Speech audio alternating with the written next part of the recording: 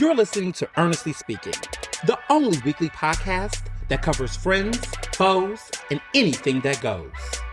And now, for your badass host, Ernest Owens.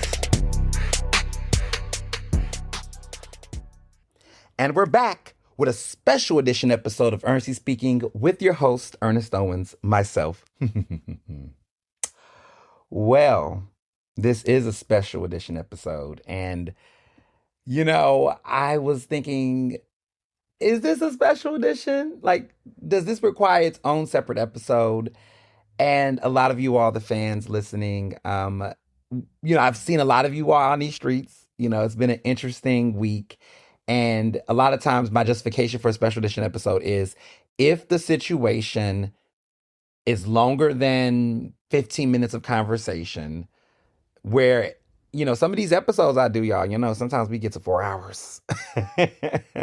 And I was like, it warrants a special edition. A lot of people are like, wait for a special edition. And I'm like, don't tell me when. Sometimes I'm like, maybe I'll just, do a little segment update. But a lot of the fans, a lot of you all listening, I've seen you at a couple of events. I've been out and about. Black male educators convening is taking place right now in Philly. I saw some of you at the happy hour. Conscious Lee was there. And I've been out in these Philly streets the past couple of days, and a lot of you all kept, asking like, hey, I can't wait to listen to the episode. What's coming next? And I just was like, oh, but I listen to the people, right? And I do think this warrants, a special, United States special election. This calls for a special edition episode. So, we did this for the Roots picnic, which was iconic. We did this for a certain Mr. Kirk's passing. Certain situations trigger that. And I think this is a situation that clearly triggers this. And so we got to do a special edition episode. And y'all know what I'm talking about. I'm talking about, my exoneration, my, how the hell did I finally get a press badge? A lot of you all have followed this journey for many, many years, okay? Many administrations and everything in between. And I don't think I've ever been able to provide the full scope of this. And there's been parts of it, pieces of it, different people are telling their own stories, their own versions. But I think this is the part where I got to tell the truth and nothing but the truth, so help me God. And also, I think it's important for me to tell the whole story because I can. A lot of people who are telling bits and pieces can't tell everything because they work for certain administrations, certain folks, and and some of them are going to lie because they just they just don't have the truth in them. The truth is not in them, as they say. That and that's not what we're going to do here. So I feel like I'm in a place where I can be able to tell everything in totality. I think that what I do want to say is that there is a brighter hope of possibility. This does not end in despair and disappointment. This journey, because I'm putting all the disclaimers there, did not start with the Sherelle Parker administration. It was before that administration. There are problems within the administration that I think that they're working out and ironing out. And so I'm gonna tell you all, because this is something that happened to me. I can't speak for everybody else in their situations, but I can speak about mine. And I think a lot of you all have been asking, and you all saw my Instagram and Facebook post earlier this week where, I kind of said, I guess this is the Ernest said fuck you. It's like the big thing. It's like, yeah, I did say that, and I stand by that. And I don't get like that. I don't get gutted like that often when it comes to it. But I felt like this was a fuck you to so many people, not just one person. A lot of y'all think it's one person. That person too, because there is some thoughts about that individual, but this is a fuck you to a lot of different people. This is 10 years worth of fuck you to a lot of folks who had lied, played with my name, played with my credibility and my work. And this has been a fight that is bigger than me. This is an issue that is for the Black press. This is for journalists. This is for people who speak truth to power. This is for people who stand on business. And this was a victory that clearly the whole hood and the community supported. Your hundreds, okay, of likes and shares, comments, reaching out, emails. I've had lawyers and attorneys, free press lawyers from across the country reach out to me. Um, I think a lot of people just didn't know that you just can't really play with my name and play with me. And I don't say that cocky, but it's just that, I do believe in divine intervention. I do believe in a force that's bigger than myself, and I think things happen for a reason at a time in which it happens for various reasons. And when people are acting in bad faith, when people are doing things that are just not cool. People are just being mean, right? Just to be mean, right? I get when people can be mean, for a reason, but when people are just straight up lying and being problematic and not respecting, transparency, right? It don't work. It don't work. There's a reason why I get to remain as healthy and as successful and as good looking as I am. Because I think I do right by people. People may not agree with me, but I think sometimes, right? And it's not about, and I think what annoys me is that there's this mindset that folks have to say, although I don't agree. You don't agree with people 100% of the time. I don't agree with myself 100% of the time sometimes. When I look back at the things that I've done 15, 10 years ago, I look back and say, maybe I could have did this a different way. But like, that's what growth and maturity is. So I think, let me just start off by saying this. We're not in the business of getting people to like us, agree with us 100% of the time. We should work in a space where we can have mutual respect and transparency and honesty. I think that is important. I think when people move in this space of trying to be liked, at what point are you compromising your principles and your values for popularity? I have never been in the space of desiring my ability to be liked compared to my ability to be respected. I think there's a lot of people in various industries, politics, journalism, and everything, that are striving so much to quote unquote fit in. And they will compromise their actual principles for what is right. And it's interesting because this movie, Wicked for Good, which I think is a very great movie, by the way. And if you have not seen it, it is really good. It is so timely. Who are you in the story? Are you the Glinda who is going to want to be liked and be popular? Or are you going to be the Alphaba who's going to defy gravity? See what I did there? Who are you in that story? Are you the person that wants to be popular and liked, that's going to sell out your friends or sell out good people that stand up for justice? Are you going to be the Alphaba that's going to stand on business and say, I don't care if I'm the only one on that broom that's standing up for justice. This is wrong, and I'm gonna stand up to the wizard. Who is standing up to the wizard? Or who's trying to be liked by the wizard? I'm just saying. In many ways, I feel like I have been the Alphaba in many aspects of my journalism career. I have not been Glinda. I've not been popular in certain aspects.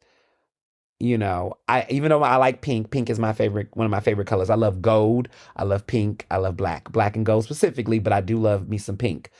But outside of my liking of pink, and I do believe in defying gravity. I do believe in speaking up for what's right. I do believe in, if that means I got to be alone or be with a few people, I would rather do that than be amongst a lot of folks and don't have a backbone, don't have a voice. And so I've made the right decisions in my career. It may have not always been the popular decisions, but I've made the right decisions for what I believe, right? As a Black queer journalist, as a person who knows what it's like to be on the margins in so many different ways. That is my grounding principle. People have told me, oh, don't say that because they're not going to like that. Who gives a fuck? Right? I'm not in the business of what people like. I'm in the business of what's right. And it's beautiful when doing the right thing aligns with what is popular. And what you all have done this past week, the way in which you all have supported me, has supported, Black journalists, has supported transparency in this administration and beyond, for you all standing for the free press, is a beautiful thing, that the right thing and the popular thing aligned. And we need more of that, please. Because we're in a world where in politics and in government, who's getting the popular vote may not be the right vote. Right? We're seeing that in national politics, right? We're seeing a situation where a man who is currently in the Oval Office, right, who is in a position of power, got the popular vote, but was he the right vote? Can I get an amen? Right? So popularity and what's right don't always align. But I think in this particular case, on this particular week, when it came to a situation involving the free press in Philadelphia, it did. And there's now people in positions where they're going to have to provide some answers. I do believe that justice is on the way. I do believe that change is coming. I do believe that there are going to be changes that you can see, you can hear, you can feel, and you might be able to smell. I do believe that. And I think that speaking out is the way that you have to do it. Sometimes people talk about, oh, you got to do stuff in the dark. Listen, I don't do anything in the dark. I am an openly gay man. There is no closet that I'm going to be in. I'm not in the closet of my blackness. I'm not in the closet of my queerness. I don't do anything on the DL. Okay? So there's a lot of people that tell me how I should do things. But if you actually knew the story, which I'm about to get to, you understand why there's more that meets the eye. So let me paint the picture. I graduated from the University of Pennsylvania with my bachelor in communication with a concentration in public service and communication. I was a fellow for city council in 2013 before I graduated. I was a communication fellow under Jane Rowe, who was the communications director for city council under then council president Darrell Clark. I was trained in the communication space with also a love for journalism. And I understood how city council worked. I had a city council badge as somebody who was a fellow. And I worked with several people that would go off to become elected officials and big deals. You know, in my group, I was around people like Matt Stitt, who went off to do great, wonderful things. I knew Kellen White when he was in City Hall. I knew Jay Young when he was working in the administration for Darrell Clark. I knew William Carter III before he went off to do great things. The same thing before Jay Young. There's a lot of people I knew in that space who became great attorneys, great city government workers, great CFOs. You know, I was in that space, you know, and at that time, I was 21, 22. I think I just turned 22, but I was like 21 years old. So this is many, many years ago. And so I understood government and I understood communication. I understood media. I understood how it worked. And I thought initially that I would go off and pursue a career in political communications and go that route. Even though I was doing journalism in college, I still was trying to figure out what my direction was going to go in media, and specifically. It was doing that actual fellowship, like traveling with all 17 members of city council. I worked alongside many of them before they would go off into different positions. I knew some of them. Some of them I didn't work that close with, but I was very familiar with them. I was very familiar with Kenyatta Johnson before he became council president and before he can't stand my guts at this point. But I knew him in a different space before the indictment, before he beat the charges, before all of that, you know. I knew a lot of the chief of staffs that were in those offices. I remember Catherine Gilmore Richardson before she was a city council member when she worked for Blondell Reynolds Brown. I knew Mayor Kinney not too well, but before he ran for mayor, I seen his office. I know a lot of them, you know, doing their thing. This is before Helen Ginn was in office. This was before the Working Families Party when there was two Republicans. Like I was there. I was in the room. Some people may not have remembered me, but a lot of people did. And so I got to let you all understand how this journey was. I remember during that era, this was when Nutter was mayor, because this is very important. This is when Nutter was mayor. So we got to understand this history. This is before Kenny ran. This is before all of that. The culture as a communications fellow is that I was there in the room when I saw journalists, okay, from various different media outlets had access to City Hall, had access to the building, had access to those mayors. And I understood the policies and procedures in place for them to be able to get that access, to get a press badge. And as somebody who at the time was working as a fellow, I was paid in city council, I understood the relationships. And what I realized as somebody who was a fly on the wall in many of these meetings and rooms and situations is that there was a concern that I had as someone interested in journalism with how city council operated. Now, I'm not saying that, you know, people were better or worse, but I realized that there was so much that I knew that I wanted people to know about. because I saw everyday people show up to those offices and be given the roundabout. And I wanted to sometimes step in and go, hey, you don't got to do all that. Go to this room, But when you're working in these offices, you're in many ways sworn to secrecy. In some ways, you can't defy an administrator or a city council person or whatever. So whatever information they were given, that was what they were given, and you just had to sit there and see people get played, and you really couldn't step out. And anybody who's worked in city government, whether you worked in the mayor's office or you worked in a city council office or whatnot, you will see seniors in these positions, managers and directors in these positions, really give people a difficult time and not make things as easy as it could be. And I would see elected officials and those in these offices give people a burden because they didn't like them or they thought they were going to be difficult. They didn't want this person to go to a zoning meeting, so they didn't put the address out or put the information out as accessible to them because they didn't want to have them shake the boat, rock the boat. And so this was suppression that was happening for people, everyday people. And I didn't like that. And so when given the opportunity to consider, being in a communications role in any of these offices, I said, you know what? I know too much. I want to be a journalist. I want to do this. And so, next thing you know, I'm at Metro, the free paper. It's 2015. I wasn't covering city council as aggressively back then, but I was writing columns and op-eds.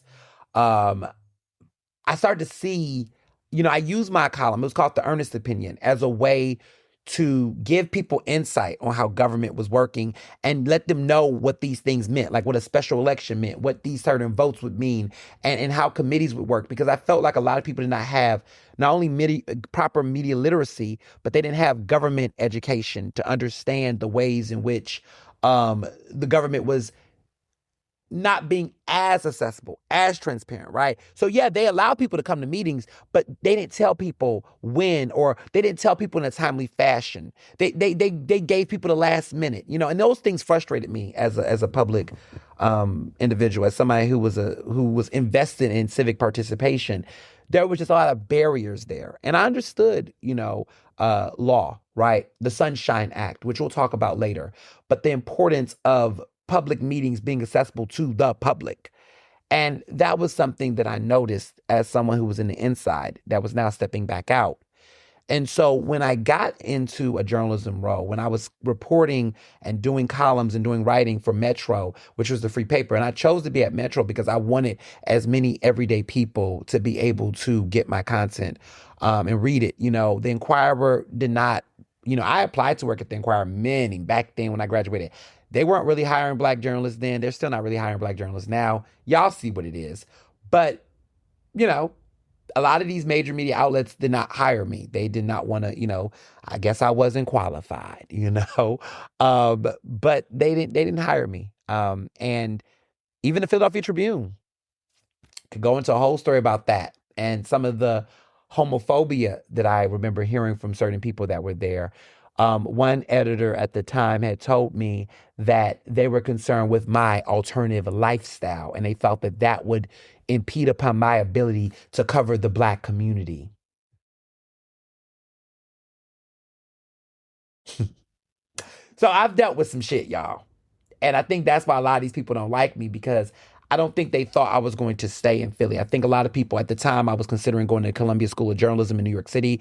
One of the best decisions of my life, decided not to do that, because I don't think you need to get a master's degree in journalism to be great. Now, I do think you need to get some internship experience and work experience, but I did not get my master's in journalism. I got my master's in communication management. But a lot of people, I was deciding where I was going to go to New York City because I didn't know if Philadelphia was going to be the place for me to actually have a journalism career because of how much of the homophobia, the racism, and the paternalism that I faced as a young Black queer man trying to get in this industry. I thought I had to go to New York City. Fortunately, I got an opportunity to go to Metro. Shout out to Sam Newhouse if you're still around. He was an editor at Metro. And I think it was Jane Rowe, which shout out to Jane, who recommended me to go there because I did not want to do communication in the city.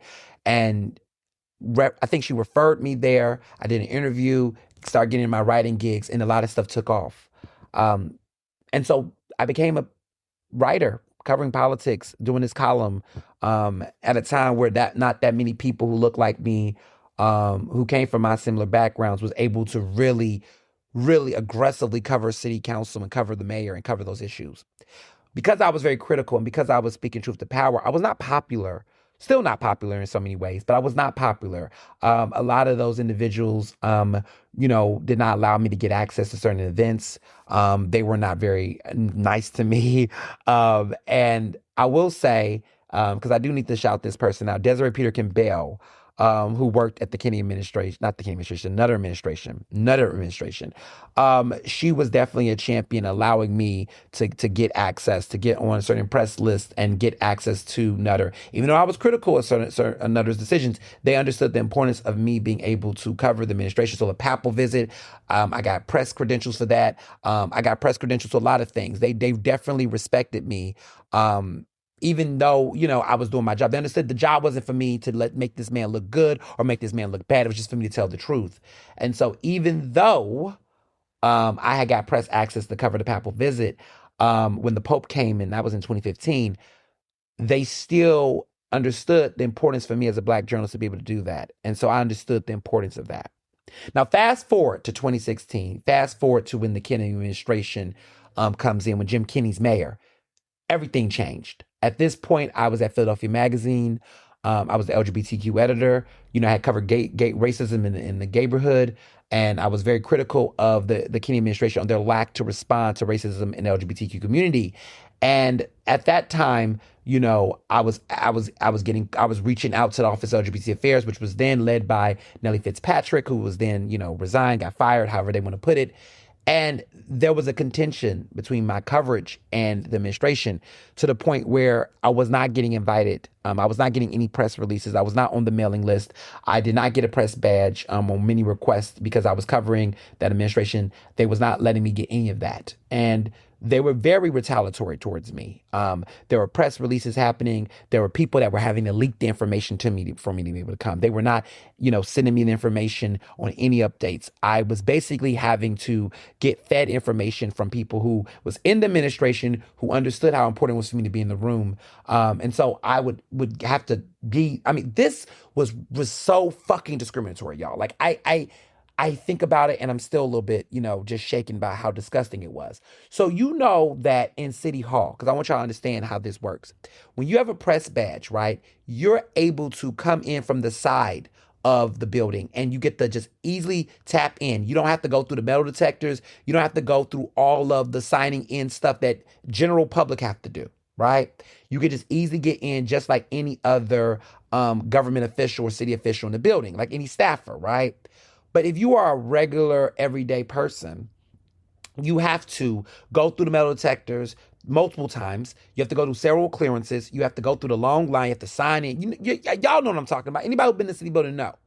So whereas as a member of the press, you get the chance, if you have a press badge, they let you get to go in, right?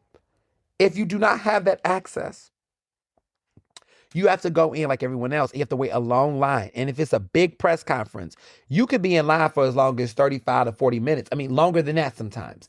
And so because I did not have press access, I had to come to stuff super early in order to make sure I got a seat. And even when I was present, I may have not even gotten a seat.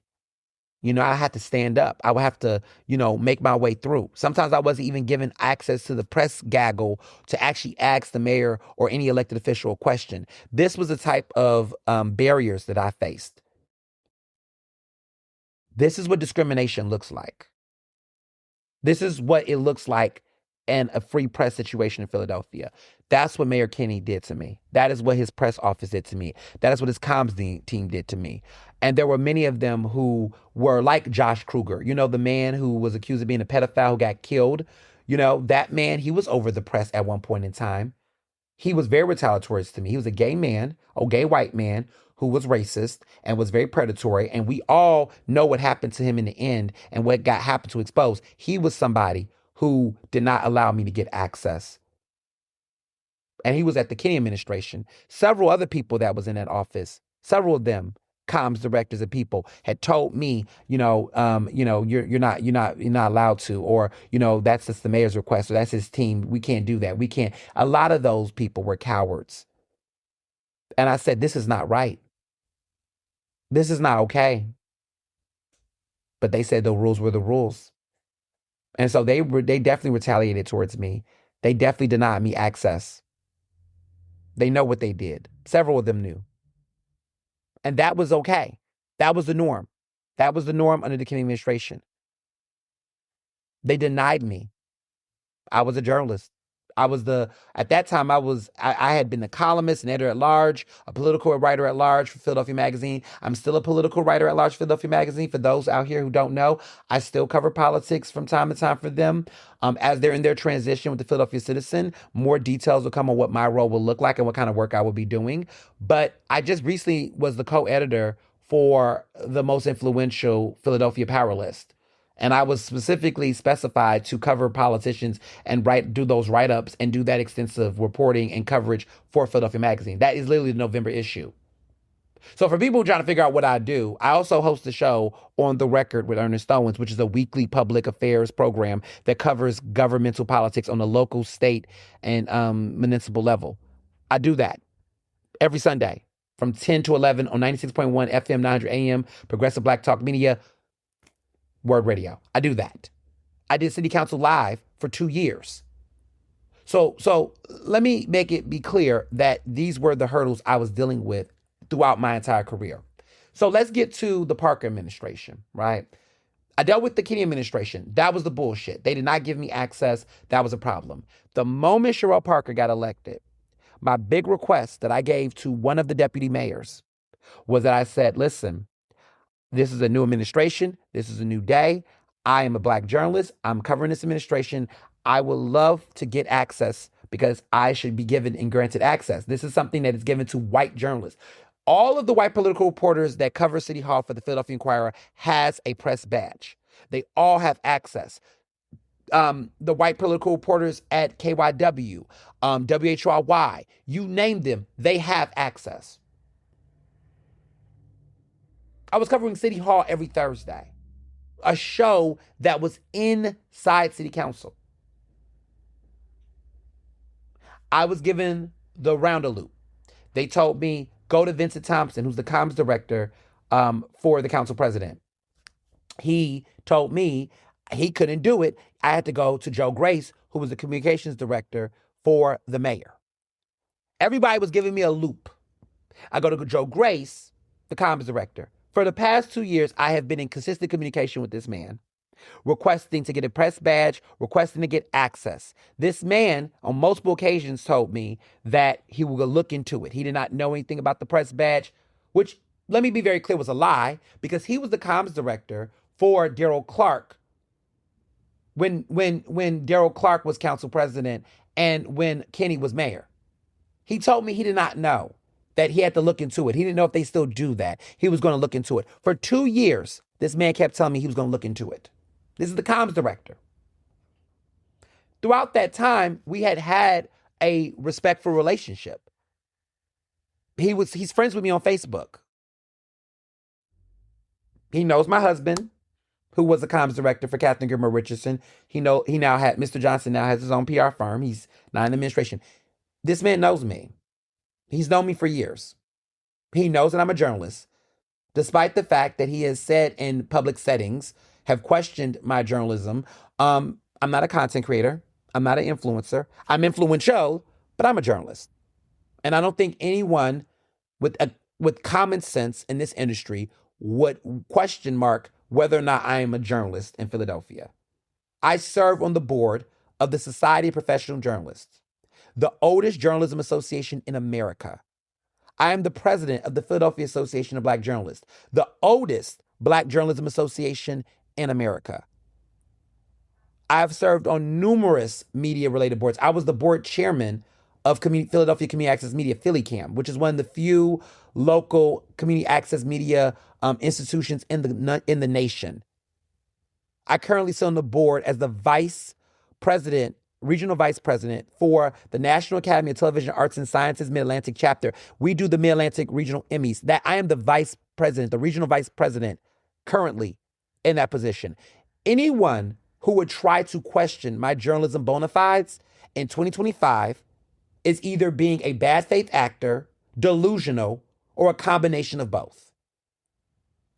So anyone who is questioning if I am a journalist is somebody who is operating in bad faith, almost giving Trumpian type of vibes. The free press is under attack. Now is not the time to try to question legitimate journalists who do this work. Full stop. We're going to fact check today because I am tired. I am fed up of a lot of the lies and misinformation. Joe Grace knows that I'm a journalist. Joe Grace has communicated with me on various levels about the administration over the years. Joe Grace knew or was aware, and if he was not, that I did not have a press badge. He knew. He also knew that I was not getting any press releases and any communication.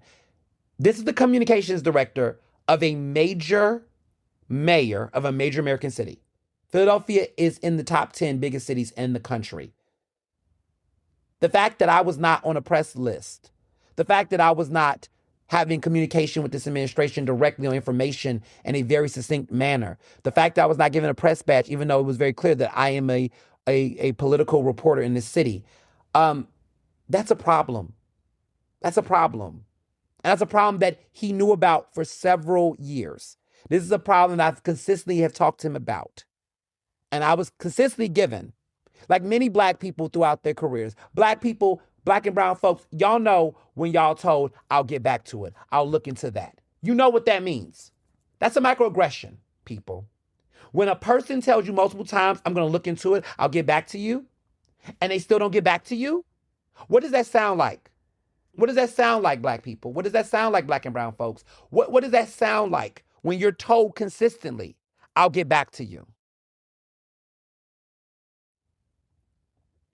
So let me tell you several things when I started to know what discrimination looks like and what racism looks like and what racial bias looks like. And let me tell y'all, let me say this, right? I am not saying that Joe Grace is a racist, but I do think that Joe Grace has racial bias. I think that he doesn't see it in the ways in which he discusses me and talks about me as a Black queer journalist. I don't think that he recognizes in the way that he communicated to me, there's a lack of cultural sensitivity here. Just because you do not like me or how I cover the administration does not allow me to be discriminated at when it comes to getting access to the press.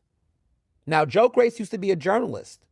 You should know what the sunshine laws are. Okay?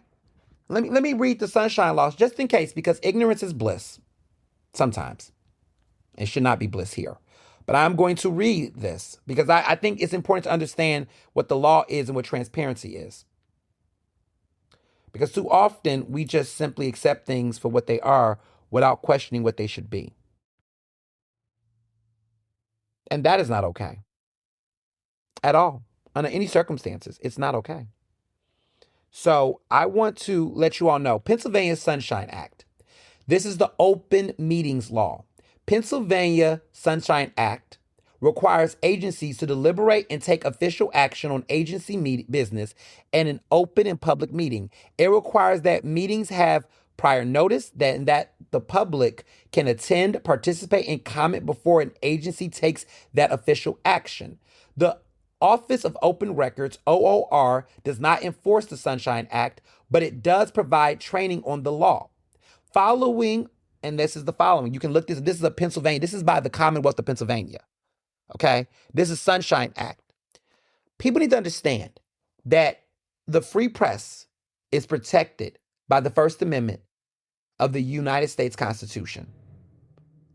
And in so many different ways, this appears to challenge and potentially violate the Sunshine Law. Actively barring a member of the free press from public settings and meetings and gatherings is not only an ethical issue, but it's a legal issue. And just in case Mr. Grace and other people think that they have the luxury or the choice to give a journalist like me access to those settings, I am here to tell you, you are wrong. You are wrong. Whether you like me or you do not, this is the law. And Black journalists, whether they work for legacy media or new media, have the right to access these public gatherings and spaces where the mayor is and any other elected official is. And to appear to not make that information accessible to me is violating the Sunshine Laws. Since everybody want to talk about following the law on changing DEI, I understand the law. And I understand why you all have to change up your DEI. But if we're going to use legal jurisdictions and things of that nature and laws and policies to justify dismantling DEI or changing it, which I understand, right? Then you need to follow the law when it comes to making sure that the free press remains the free press and a democracy.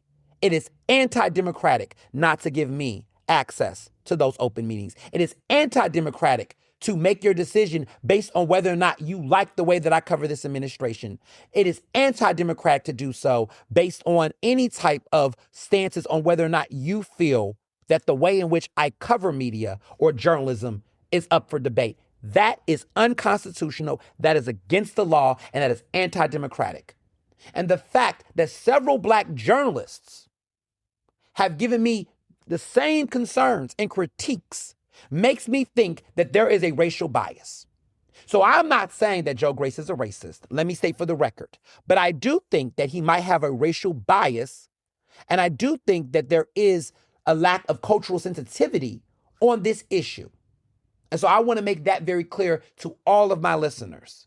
I am not saying this man is a racist, but I do think that as an older white man who is engaging with the free press, when I look at the press list, when I look at who's in those rooms, there seems to be a racial bias. And I do think that that is a concern when you are in a position that is representing the first Black woman mayor who is under an administration that has 3 Black women deputy mayors. This is a reflection of her administration. And if this administration wants us to believe that DEI is still going to be a priority, even if it cannot be said explicitly, but we have no transparency and policies in place that respects Black press and media, then we have a problem.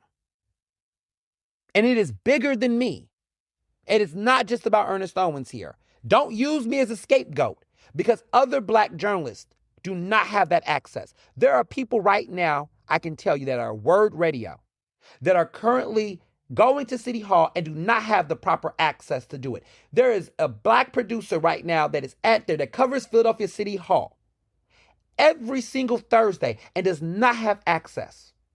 That is a problem.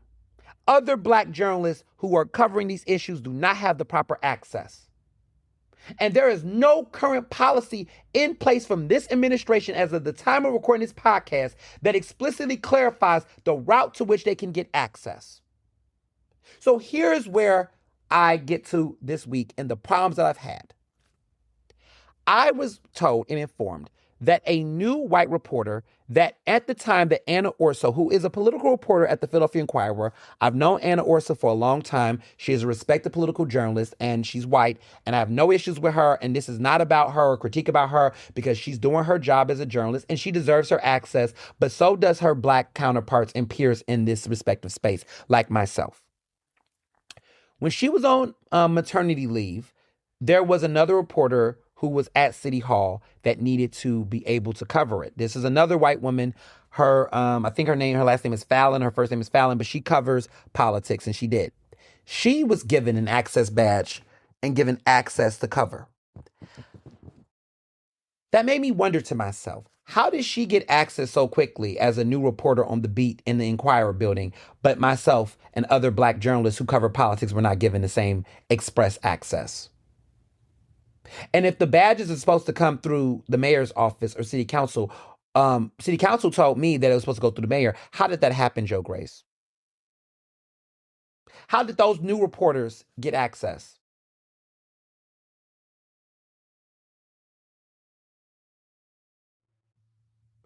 Crickets. So that's when I realized that being told I'll get back to you was I was never going to get told. I was never going to get any correspondence. I was frustrated, y'all. I was devastated. I trusted this individual. I thought that I was going to get transparency. I thought I was going to get truth. I didn't. And so what was infuriating is, you all know I've been covering the DEI issue with this administration. I was given a screenshot of a press release. I was told information from someone who sent it to me, that, hey, the city's going to have this DI press conference, Ernest, you should come. And I was like, wait a minute, they're having a press conference. I didn't even know they were having a press conference. I found out literally that morning, and I was like, well, where is it going to be at? And someone said, I think it's going to be at the African American, and they called me and told me this. And I was like, African American Museum? What, like African American what? They said African American, I think it's the museum. Yeah.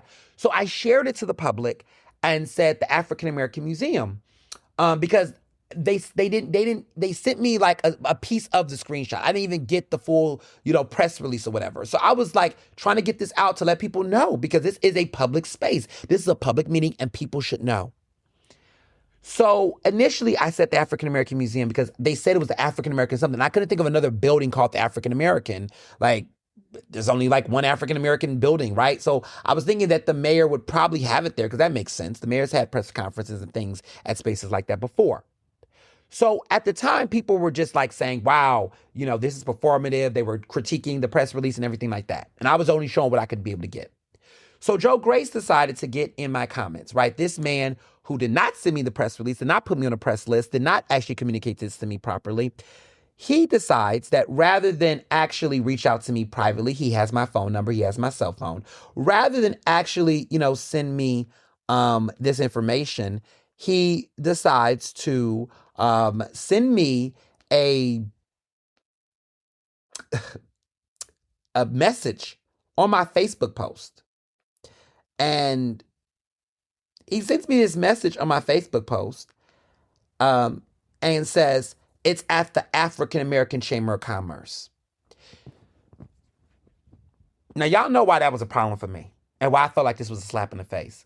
First of all, you're going to sit up and fact check my Facebook post when I am sharing a screenshot of a press release that I did not get fully, that you did not send to me, that you did not message me, that you did not communicate with me about, and you think you're going to get in my comments and give the impression that I am out here sending information that I had or knew about when I did not.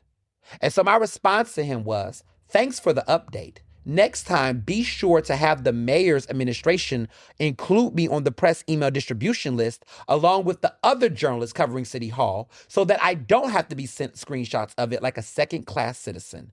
Hope DEI remains in the press outreach. This is still a democracy, Gloves were off. Because in my opinion, how dare you? How dare you? Like, how dare you simply try to be offensive in that way? I was not given an apology. I don't think he thinks he did anything wrong.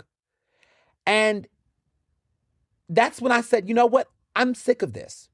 Because for me, that showed me that any ounce of hope that I thought I was going to have in getting a press badge and getting transparency, that was out the window. And that this individual in question was seeking to be petty and seeking to publicly embarrass me or humiliate me. And I thought to myself, at this point, this man is not operating in a sense of good faith and goodwill, and I think I need to call it out.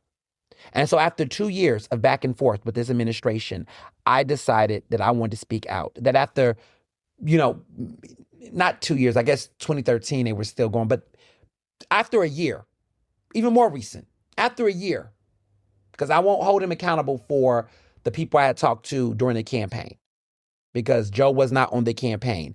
I did speak to one particular deputy mayor and let them know that I wanted press access, but that wasn't Joe Grace. But Joe Grace is known at least since 2024. That was the year he took on the role. That is the first full year. But literally, it's almost like the past 2 years, because we're about to be in the end of 2025. So all 2024 and most of 2025. So it's nearly been about roughly 2 years. Yeah, he's known for that long, nearly 2 years. That's fair, actually. But what I will say is that that was when I felt like I needed to amplify this. Because let me be very clear. Some people will say, well, why didn't you go to the mayor? Why didn't you go to these people? I need y'all to understand how the chain of command works, right?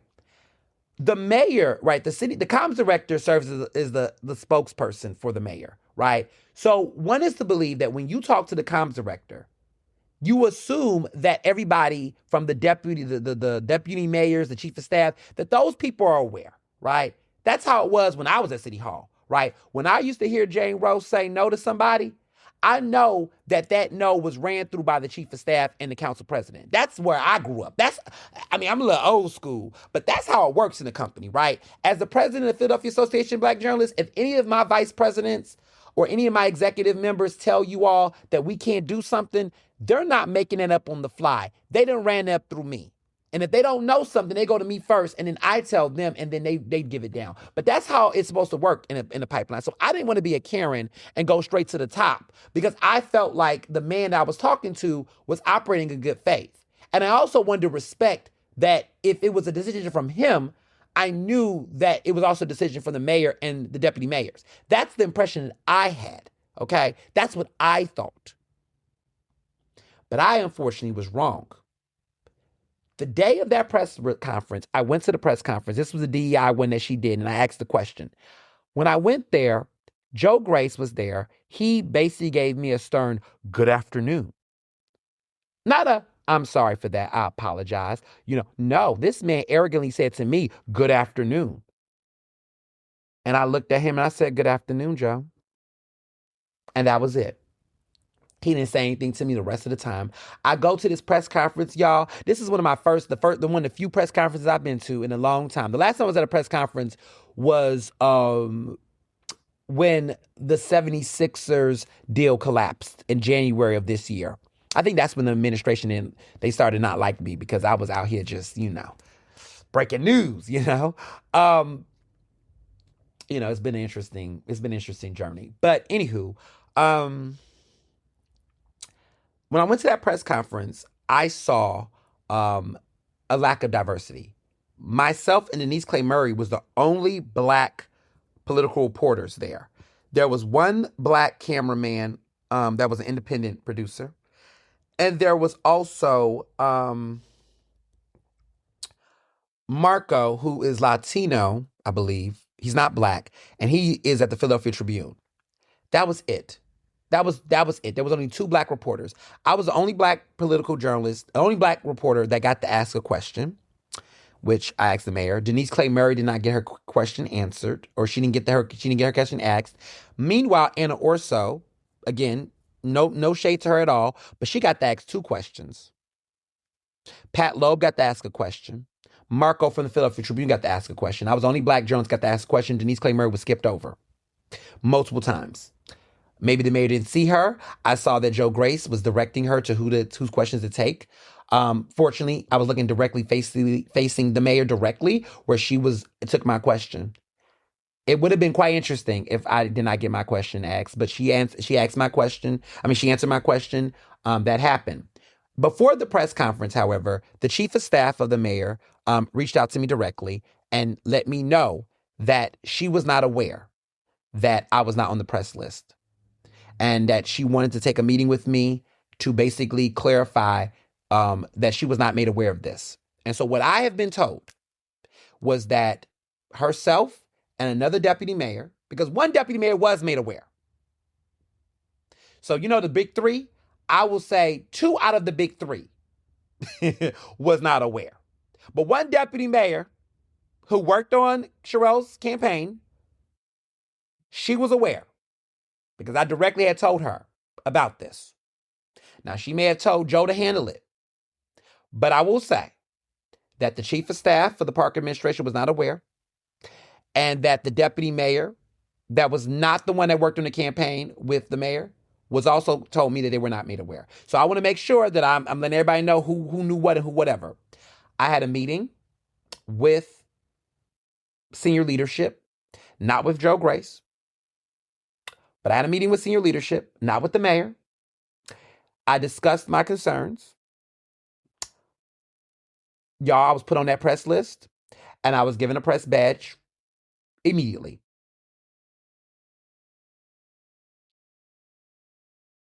I respect that I cannot share the nature of the conversation in all details, but I want you all to know that I made it known, not just for myself, but for members of the free press, Black journalists specifically, and others. I made it very clear of my concerns. I made it very clear, crystal clear. They were receptive. They listened. They did not judge. They ensured me that there were going to be changes. I cannot, at this time, share those changes because I do respect, that, I cannot share those changes. But I want you all to know that I did communicate those issues. And I was told that there was going to be changes. And there will be changes that people can be able to see, hear, and know. And I was informed that the mayor was not aware of this issue. I'm only telling what I'm told. Some of y'all might be listening and going, bullshit, bullshit. Listen, I am just telling you what I was told. Whether I believe it or not, that is not for me to discuss and share. I'm going to respect that in a space of working to move on, to move to a better place, to get things done. When you're at the negotiating table, you got to be in a space where you are trying to get shit done.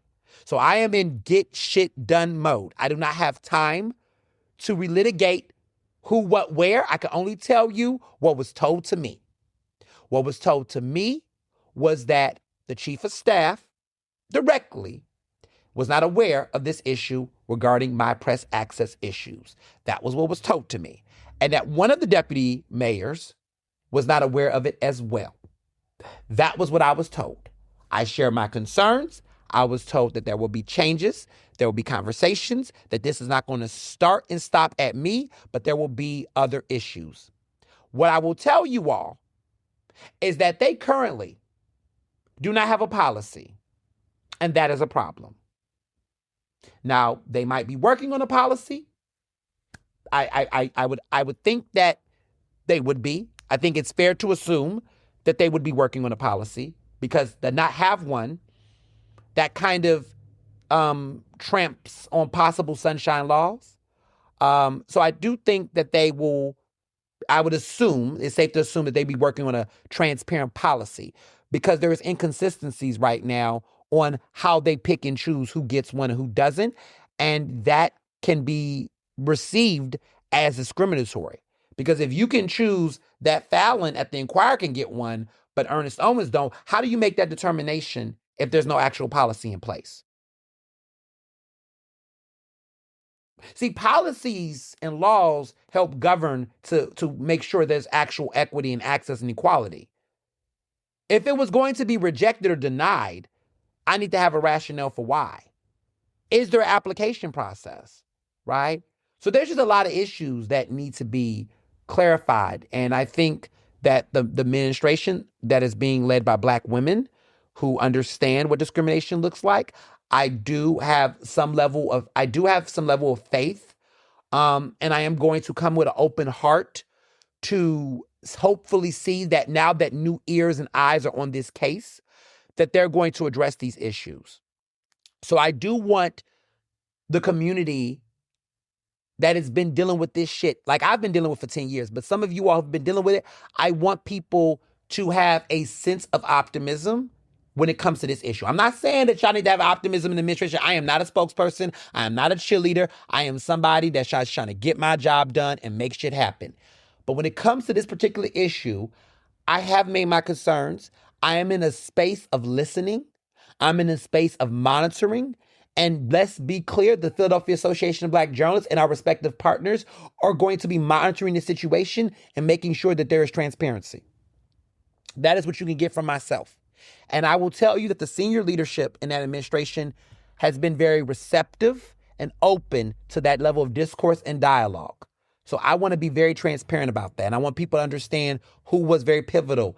So the chief of staff and one of the deputy mayors was very, I guess the two-thirds of the big three was very open and receptive and engaging and very helpful. And they were very helpful in expediting this error. As for Joe Grace, I have not spoken to Joe Grace since the situation. There has been no apology. There has been none of that. I think that's not very becoming. I know I put on my Facebook post and I did say fuck you. Um, what I will say is that I don't apologize for saying fuck you because I have not gotten an apology. But if I was given an apology, a mature, respectful apology, I will say it's not a fuck you, but it is you were wrong. And the fact that you acknowledge you're wrong, I won't say fuck you again. Unless you do something that makes me want to say fuck you again. But as of right now, to the several people from the Kennedy administration to the city council members who did this, there are people that know what they did. The fuck you remains on the table because until you actually address the errors, I do think that warrants the response. And some people might say, Ernest, be da da da da. Y'all, I'm a human and I'm a person. And quite frankly, I deserve the right to be my full open self. I'm not going to fake it. I'm not going to put lipstick on a pig. I'm not going to be disingenuous because I haven't been that way. And that's why y'all love me. And that's why some people hate me. But I'm not going to mince my words when other people choose to lie about theirs, you know? As Kendrick said, the great philosopher Kendrick Lamar said, you tell a lie on me, I'm going to tell the truth about you. And so this podcast episode, this special edition, is an opportunity for me to reset the room and let everybody know where everything stands. So I want everybody to be on that same page. Yeah. So I guess what are the takeaways here? What are the lessons learned? Fuck around, find out. That's one lesson. The other one is we all have to get to a point where we got to separate our ability to do the personal with the procedural. Whether you like someone or not, you have to still be fair and you have to respect the law, right? We got to respect the free press, whether they are at a legacy place, a new media, black, they're queer, they're both, they're young. We got to respect people, regardless of whether or not we agree with them and whatnot. I guess some people will say, well, by you saying fuck you, is that being respectful, Ernest? That's fair. I will amend it when I get the mutual respect back. I think I'm deserved an apology. I think that I'm deserved some transparency. And it's not just for myself, but I think for other folks who have gone through this burden. This administration has an error right now in this area, and they need to correct it, especially if they want people to believe in their legitimacy on DEI across the board. You can't walk around talking about you want to support and uplift, you want to beat the status quo, but you're uplifting the same status quo of the Kennedy administration, and you're uplifting the status quo that the Trump administration has set forth when it comes to disparaging and excluding diverse free press. Like we gotta make our words in action. This mayor consistently says, "Don't watch what I say, watch what I do." Well, I'm watching what this administration is doing, and it's not what y'all are saying, right? You're saying opportunity and opportunity access. You got to match that. I am one step, right? They've done that with me to a certain degree, but this is not just about me. This is about a lot of people. So we're gonna see what's coming, but I want you all to recognize that change is coming. It's not going to happen next week, but it's going to happen in the weeks to come, in the months to come. There's going to be some changes, and I'm optimistic about that. And I think that there are some people that are diverse, that are open, that are receptive, that are in a space of cultural competence and competency that can do this. And you just got to monitor that, and we're going to watch that on this front. I can't address the other issues going on with them, but as a member of the Free Press and as a leader, a national leader in journalism, I think that my contribution and commitment to you all is that I am going to do as much as I can to activate and advocate for the free press when it comes to this issue with this administration in this city. So I just want y'all to know that. So I think that's everything. Special edition episodes are roughly around an hour. They're not that long. And honestly, I wanted to dive deep in this topic. And so, yeah, that's all I got. And we'll be back on at midnight on Monday for some more updates. I got some other tea and some other stuff going on in the administration in the city. And I'm going to continue to do the great work as a journalist now that I have a press badge and I can come in that building when I please to cover the issues that matter to you all. It took 10 years, but here I am. Some people say 12 years a slave. I was 10 years. I ain't going to say I was a slave, but I was 10 years, So I feel exonerated right now. I feel exonerated. I feel like justice has been served for now, but there's more that needs to happen. And so, as always, be well and be best. Ernestly Speaking is recorded in Philadelphia, Pennsylvania, and can be found on Apple Podcasts, Google Podcasts. To stay up to date with the latest on the show, follow me on Facebook, Twitter, and Instagram at Mr. Ernest Owens. Use the hashtag Ernestly Speaking to tell me what you thought about this episode, and check out my website at ernestowens.com.